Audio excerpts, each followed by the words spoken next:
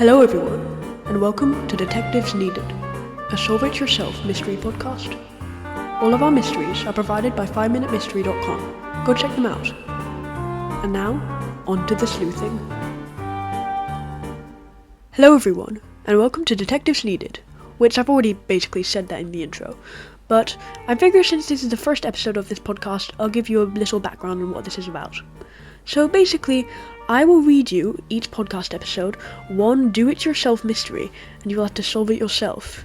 Then, you can say in the comments section who you think the culprit is. And in the next episode, I will give a shout-out to the skilled sleuth who manages to find the correct culprit. Now, on to the mystery. Today's mystery is called Arsonist Attack by Sarah Bell Green. It has a 79% solve rate, and 6 clues within it. Now, let the mystery begin.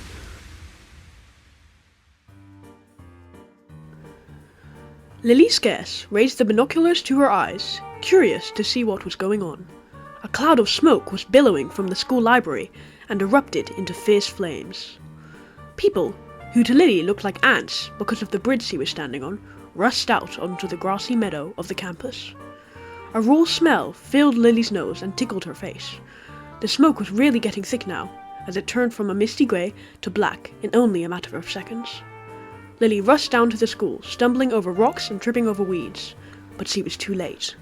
The library was destroyed as firefighters extinguished the last of the fire. "Lilly Scarce!" called the librarian from behind her. She was flailing her arms and looked as if her best friend had died, though it kind of did as the library burned down. Lilly Scarce turned around. "Yes, Miss Raleigh?" "You're the detective. Please, you have to figure out what happened to the library. I know it wasn't any accident. We managed to salvage the security camera, and there was a figure with a red hoodie under it, lighting 5 or 6 matches to oil. I don't even know what they were doing. Hours are 8 o'clock a.m. to 3 o'clock p.m. The frazzled librarian said all of this very fast. "Calm down," Lilly soothed. After all, she was the teenage detective around this place. Everyone knew it too. "I'll figure out who did it, don't worry." "Thank you, child, thank you so much." Arm bracelets jingling, the woman stumbled away sobbing. Lilly stepped inside the library, only to find a security guard to stop her. "No access," he said, his voice gruff.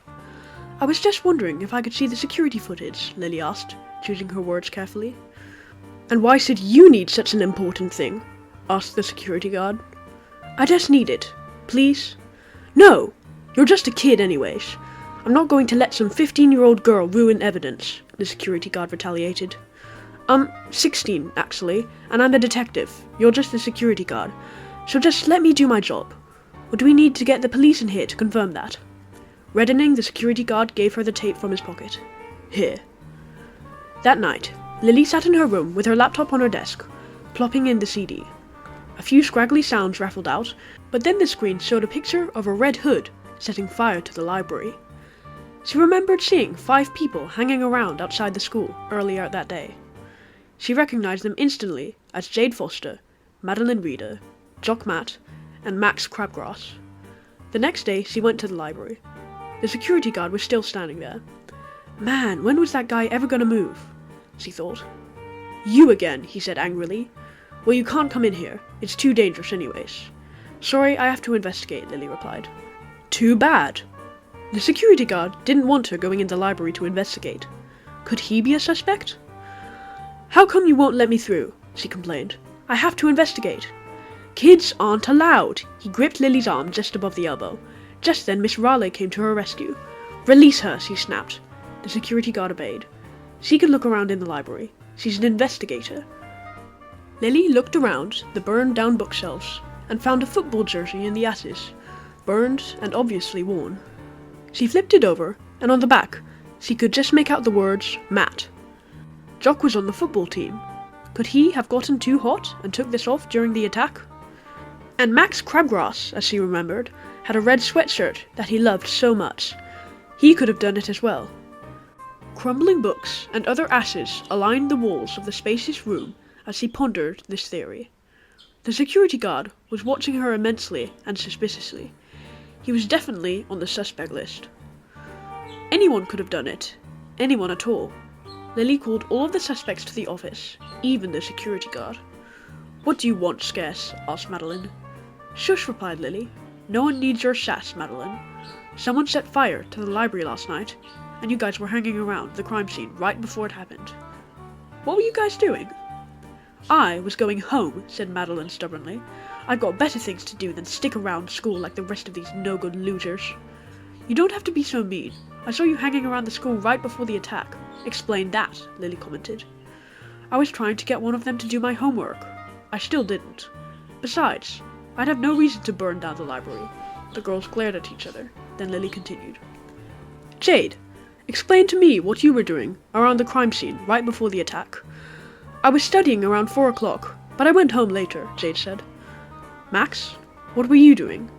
"There was a red sweatshirt on the Arsonist, just like the one that you love so much." "I was helping out Miss Thornburg, my homeroom teacher," said Max. "And besides, my sweatshirt went missing a long time ago."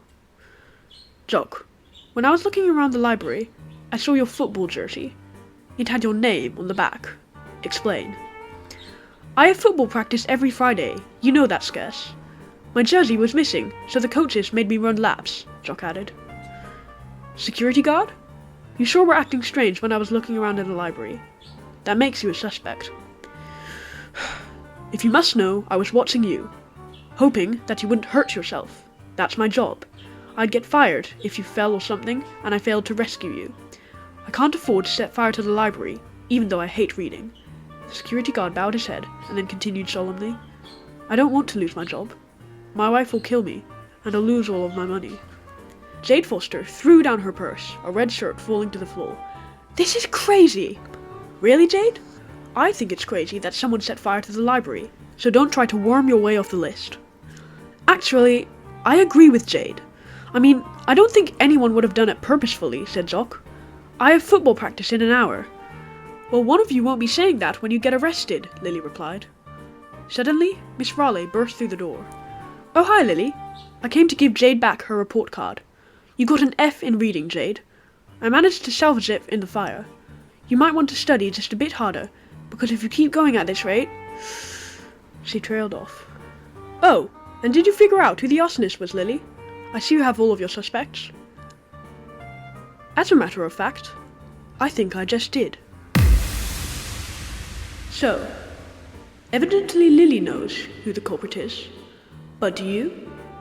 Was it Jade Foster, Jock Matt, Madeline Reeder, Max Crabgrass, or the security guard? Choose one, and say in the comments to find out if you're right. Until next time, detectives.